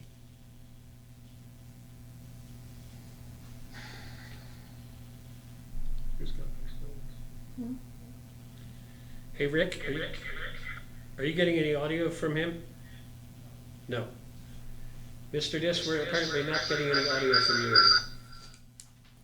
Madam Mayor, can we call for the vote?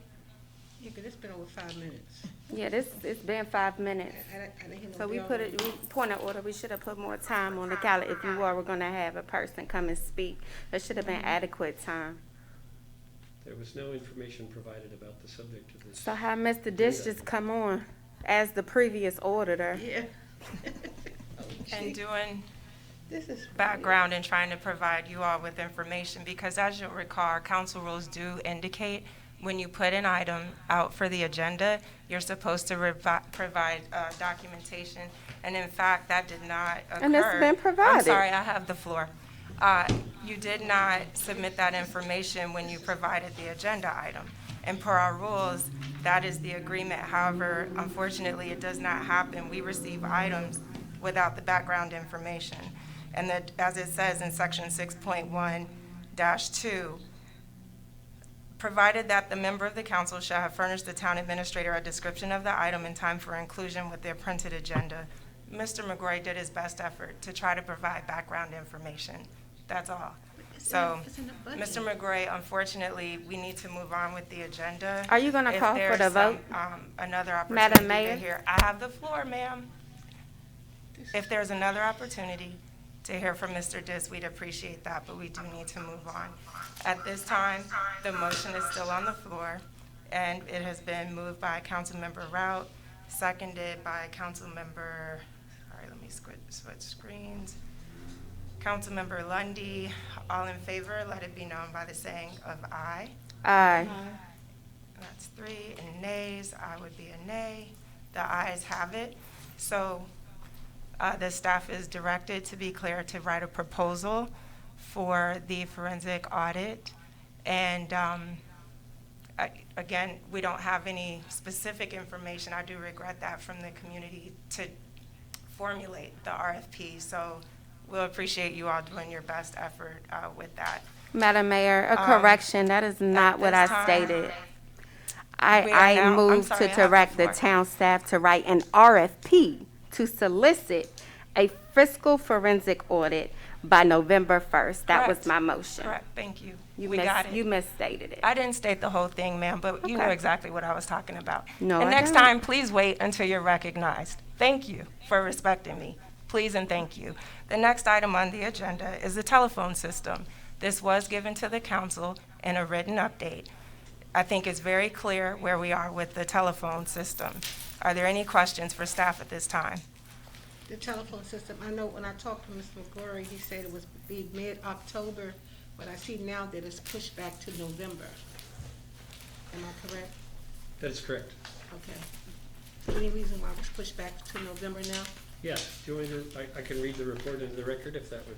Sure, could you? I guess everyone didn't get a chance to read it. No, I didn't. That's why I'm asking you. Okay, sure. So we just had an update last week with the vendor, and one of the challenges they faced was the town has numerous phone numbers. They're scattered among 2 phone service providers, and some of these numbers are also linked to alarm systems. These factors significantly increase the complexity of the programming for porting the numbers by the vendor, from the old vendors to the new vendors. They indicated they were confident of a mid-November implementation. I did specifically ask in this meeting with the department heads, with the vendor on the phone, how confident can we be that I'm not going to be sitting in front of the council next month giving an update that says now it's December? And to be frank, he was very confident that this November deadline would be hit, but a self-imposed deadline. But nothing is 100% sure, and that was the vendor's assessment. So we are at the mercy of continuing to operate our system until the vendor is ready to go with the new system. Thank you, Mr. McGrory, for that update and for providing it in writing as well to the council. The next item on the agenda. Madam Mayor, I have my hand raised. Councilmember Rout. Thank you so much, Madam Mayor, for acknowledging my hand that was raised. Mr. McGrory, I do have a subsequent question. So will there be a change order because the original, I guess, assessment of our telephone system as these things were being identified later on in the process, that we have a porting issue, we have multiple telephone numbers, we have multiple locations. Is that going to cost the town any additional funding as it relates to the quote that we have received? That was not conveyed to me during this call. Okay. Thank you so much for that update. Thank you again, Mr. McGrory. At this time, again, another administrative update that was requested was regarding town vacancies, and I did see that you shared an outline of those open positions. Are there any questions from the council regarding staff vacancies? Councilmember Rout. Thank you so much, Mayor James, for acknowledging me. And I also had several conversations with residents by which I represent on these issues, and I'm glad to see that the Director of Public Works position and the Grants Manager have been posted on our town website, because the town residents don't have this administrative update that we have in front of our face. And so I appreciate that. But there needs to be a small push that's done. Is there any other movement that's going to be made on the ARPA grants coordinator? Are we waiting for the grants manager to write that position description and be able to write the coordinator position?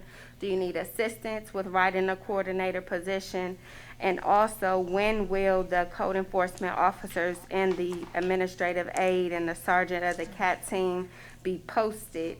I see you listed those, but our town residents are very concerned that our workers are being overworked, and so then there's nothing that's getting done. And so if we adequately push out all of the information and the duties to the people who properly sit in those positions, maybe we can have some more efficiency as it relates to good governance, which the town council is responsible for ensuring.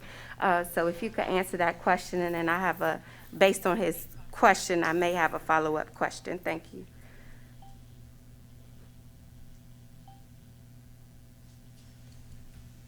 I guess that was directed to you, Mr. McGrory. It was. I said his name. So I'll just speak for myself, but there are potentially other staff here who might object to the characterization of nothing's getting done. People come to work every day. I think there's a good volume of work being done. We are short a number of positions, and that is regrettable. And to your specific questions with regard to the ARPA positions, the ARPA position description that I was provided and that was approved by the council, it says very specifically that this position is responsible for the entire implementation of the ARPA project, and it lists not only the coordinator position that was articulated, but also a grants assistant that has not yet been described. And these positions are supervised under the proposed ARPA grants manager position by the ARPA grants manager. So yes, my assumption was that grants manager would be hired and engaged directly to help draft those job descriptions, help with the hiring and vetting of the prospective employees for that one position that has been approved and the one prospective position that is outlined in the grants proposal. And if I could defer to the chief on with regards to the police positions, I think the chief would be happy to provide some insight into that. And chief, you probably need a microphone.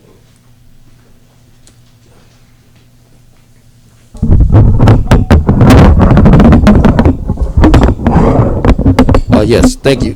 So we, myself and the town administrator and the town treasurer met last week, Friday. We went over to verify the job description. Language was accurate. The the salary range was accurate. So we will be posting them tomorrow. We intended to post them Friday, and I do apologize, that is on me, but time got short. I wanted to go support one of our municipalities for their domestic violence awareness event, and so I will post it first thing tomorrow morning. It's ready to go to be posted. Thank you, Chief Collington. Any further questions for the staff? Thank you so much.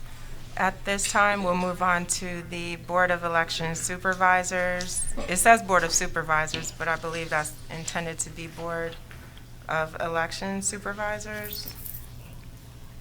Councilmember Rout? Thank you, Mayor James. This was one that I suggested that we also talk about because given that the election cycle was over, as there were some comments that for the next town council, we should not be missing any more deadlines. Now that we know better, we should be able to do better. And so I would like to move that the town administrator direct town staff to solicit volunteers to serve on the Board of Election Supervisors by November 1st by submittal of a statement of interest. Councilmember, I thought I saw you moving your hand. Is there a second? Seconded. Seconded by Councilmember Lundy. Any further discussion? Hearing none, I'll call for the vote. All in favor, let it be known by the saying of aye. Aye. Any nays? The ayes have it. Thank you so much. And the next item is the ARPA visioning session.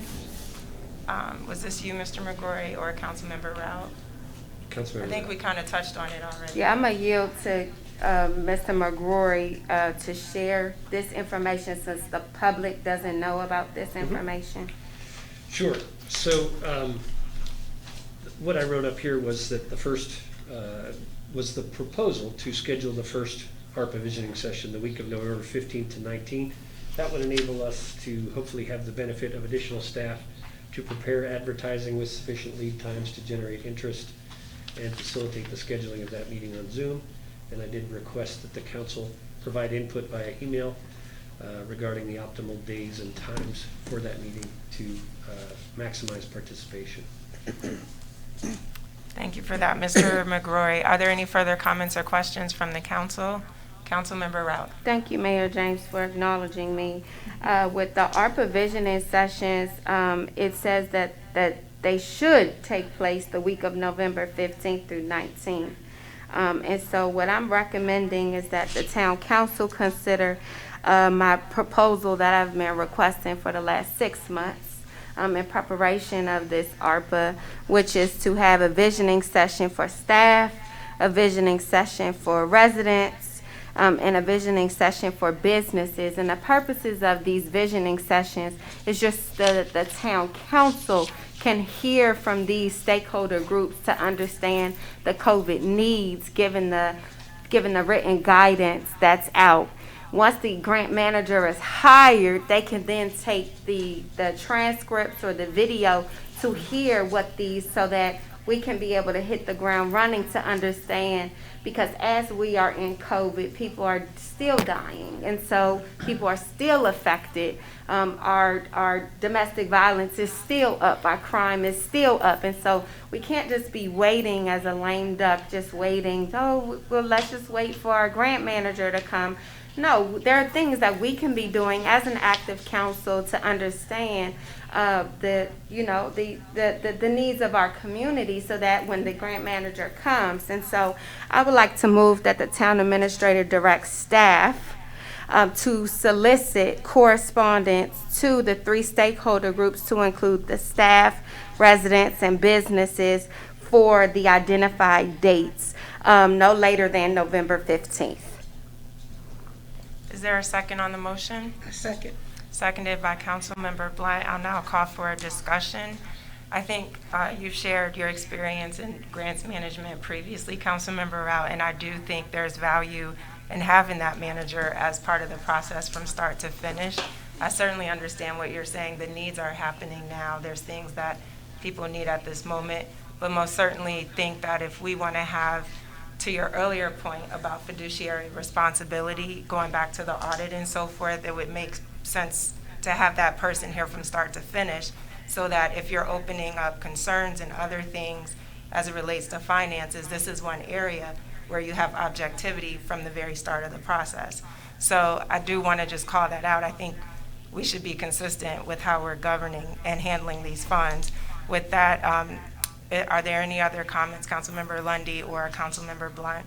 I do have a comment. You have already had a moment, so I'd like to hear from the others before we go to vote. Councilmember Blunt? Yeah, the reason for having the division sessions, and we've been calling these for way before the money even came, is to find out what is it that the people want. You see, they don't come out to see the video, to see us on Zoom. They don't come to the meetings or listen to the meetings. But this way, at least we'll know what they want. And then when the grant manager, opera manager comes, he'll kind of know what's going on and just take a run with what's going on, look at what's going on, what they need, and he'll have a start instead of waiting till he comes and getting a start, sending it out. At least we already have that process done. I mean, that's just, it makes sense to me. It's like planning. Thank you. Councilmember Blunt, Councilmember Lundy? Yes, so I do support, as I believe all of us here do support having these vision sessions. So I would just like to add that as we think about doing the vision sessions, to reach out to, say for example, our community center, which has a big space. So we can do like pop-up sessions maybe, so that would be nice to do. If not with all three of these stakeholder groups, maybe one or what have you, that we can have some optimal community engagement, to go where the people are. We can consider doing pop-up locations. So that would be my input. Thank you for that, Councilmember Lundy. That's a great idea. And I also think what's important too is, while Councilmember Blunt made the point, it's difficult to get people to tune into the meetings and come out. And so we can't just solely rely on the feedback that we get in these visioning sessions. We also have to use data. And so to that extent, I've reached out to Dr. Blaine from NLC because he helps formulate databases for other states, and to gather the kind of input that you need to put a program like this together, so that yes, you may get input, but if we get input from 20 residents in Ward 1, but 2 from Ward 2, that doesn't mean Ward 1 has more needs than Ward 2. It means we need to take that feedback respectfully, build that into whatever we decide, but look at the data to understand how many are living below the poverty line, how many are food insecure, how many have transportation or childcare or other issues that are directly related to COVID, so that when we put a plan together, it's data driven. It's not just because we listen to a small group of vocal residents who are best at lobbying and successful at getting their points across. And so I spoke to him. We had a meeting Friday. I explained to him these visioning sessions were coming up. And so what he agreed to do was use Bladensburg as a pilot, to use census data to build out what information is there. So once I have it, I will share it. Because again, when we have these sessions, I want us to really think holistically and not just about the people in the room, because Councilmember Blunt is so right. We're not going to get everyone. That's right. And the sad thing is, some of the people who are most in need, they're the most silent. And some of them are non-English speakers. So we have to really use our resources to dig in to the layers of where these funds need to go. Councilmember Rao, and then we'll go to Yes, vote. thank you, Mayor James, for acknowledging me. And I do, so since you mentioned my expertise in grants management starts with visioning. It starts with a strategic process to understand your stakeholder needs. And as you shared, data is the next step. And so I have years of experience in grants. I oversee $52 million in grants. And the first step, as I've been championing throughout the last 6 months, is you have to understand the vision. Without a vision, you're not going to know, how do we get to Baltimore from here? Well, there are many different routes. There are many different items that we can take. Then you could see the data, which is, okay, I can travel up to 95, which is going to take me 45 minutes, or I can take Kenilworth Avenue to 495, cut on over and get there. You have to start with a plan, and that's exactly what this is. It's just engaging with our stakeholders. It's engagement with our community. Look, we can be able to engage. We can be able to build our collaboration and an engagement. When I joined the council, that was one of the goals that we all collectively shared that we wanted to do. We wanted to exercise and increase our engagement. This is an opportunity that we shouldn't let pass. So I appreciate if council members would support this action. I'll call for the vote. All in favor, let it be known by the saying of aye. Aye. Any nays? The ayes have it. Thank you so much. At this time, due to the lateness of the hour, can we forego staff reports, or is there any critical updates that need to be shared? Okay, got it. Thank you. The reports will be available online for the community. At this time, are there any critical updates from the mayor and council reports? Councilmember Blunt? No, I know, no, it's not. I just want to say thank you to the seniors for attending the senior gathering. And the staff, Diamond and Diane and Mercer, is that her name, Mercer? Mercer, yes. They was wonderful. They was like me, so thank you, Bob McGorry, for, everything you did as well. So thank you all for coming. It will be something else coming soon. Thank you, Councilmember Blunt. Councilmember, I'm sorry. Mr. Mendoza is not here, and I was just going around the room. Let me go back to the agenda. I'm sorry, Councilmember Rout. Yes, thank you, Mayor James. I'm going to make this report brief. I did submit a report to the town administrator and my town council for informational purposes of all of the activities. I've been very busy on behalf of the town of Bladensburg. I would like to share that I would like to publicly share I will not be present at the December meeting. Hopefully, I'll be giving birth during that time at the December meeting. So I want to congratulate everyone that will be sworn in, and I'll send my, warmest congratulations. And I want to thank Councilmember Lundy for her time and her service because, I just wanted to do it today because I may or may not make it until December. So I want to congratulate all of the candidates. I also want to publicly thank the State's Attorney's Office and all of the people who came out to our gun violence concert. It was a phenomenal way of being able to take a stand against gun violence with all the 27 municipalities. I also want to thank the Department of General Services for believing in our little vision to provide English as a second language learner workshops and providing computers to our residents who may not have access to computers but want to be able to take a course. We have 6 laptops left. And so if you are interested in signing up, please send an email to myself. And if you have a neighbor who wants to work on their English, whether they speak Mandarin, whether they speak French or Spanish, they can also do that as well. I've attended a host of webinars led by the National League of Cities, Opportunity Now. There have been correspondence sent to me as it relates to the noise pollution. I've already spoken with Chief Collington on some of the code enforcement violations. I just want to let the public know that we have began talking about solutions to those issues. I want to bring up the transportation issues. I want to thank Dr. Golson for responding back to us and her staff as it relates to the transportation issues. They have improved, says some of the residents, and that is, the school board is working on our behalf. I want to welcome our next town clerk that will be joining our town soon. The map amendment, I was successful in submitting a letter with regards to the recommended zoning for the MXT 5-08, which is on our Annapolis Road corridor. I heard from the county council clerk that there wasn't anything officially that was submitted by the town of Bladensburg, not from individuals, but just the town of Bladensburg. So I drafted something. It took me like a couple hours.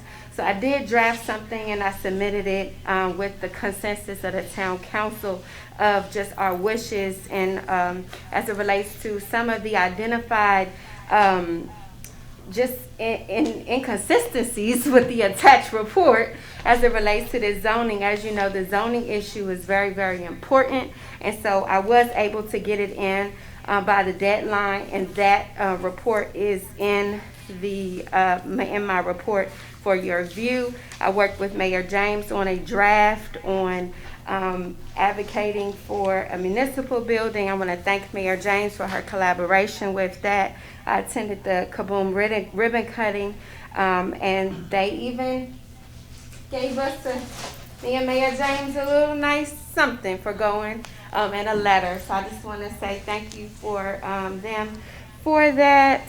And the last thing, I attended the job fair. It was great to see people come out and be interested in some of the the different jobs that are present. And I just want to say that, you know, democracy is working here, and it is working in our county. And to the residents, it may feel like it's a little contentious, but this work is getting done. And so, you know, I don't have any issues with anybody around this room, but I will not be silenced. My voice will be heard, because that's the reason why I've been placed in this position. Thank you so much. Thank you, Councilmember Rout, for all your good work on behalf of the community. At this time, we'll move to Councilmember Blunt, Councilmember Lundy. Thank you, Mayor James. So I've also attended all of our community engagement events as well that Councilmember Rout spoke about, the Kaboom ribbon cutting, the job fair, Our Streets, Our Future. I'm also excited about that we don't have we've given out with four of the laptops with respect to the English language learning partnership we have with Prince George's County Community College. So I'm excited about that, and thank our partners for those computers. Also, we've also received some laptops for our senior community, our senior homes, and so we'll be learn more about that in next month. Prayerfully next month we'll learn some more about those. But I was able to secure 30 laptops. I asked for 100, but I asked for 100 for my seniors. But I was able to get 30 of those, so the plan is to divide those amongst our senior homes and do sort of like a lottery. And so because I am going to be no longer in public office, I'm going to pass that initiative over to Councilmember Blunt, who is the senior lead here on the Bladensburg Town Council, so that she can work with ensuring that the seniors in those 3 senior homes in Ward 1 and Ward 2 receive 10 of those laptops, and let those facilities decide the best way to distribute those to the seniors. In any way that I can help, I'm available to do that. Also, I was able to send an email letter concerning the redistricting map. So in opposition of that going forward, for those of you all who wasn't on our work session, who did not attend our work session meeting, and I would encourage all of our residents to attend the county council meeting at 10 a.m. Tomorrow, where will be the very important meeting, and then to also attend the public hearing in November, to do that as well. And anything that I was working on was related to the seniors. You can know I'm going to pass that over to our senior lead here, Councilmember Blunt, and she will handle that moving forward. That's all I have, Mayor James. Thank you so much for all the good work you're doing, Councilmember Lundy. My pleasure.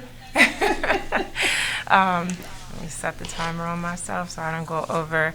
But just so we're level setting, so the monthly reports are for activity for the previous month, the month of September.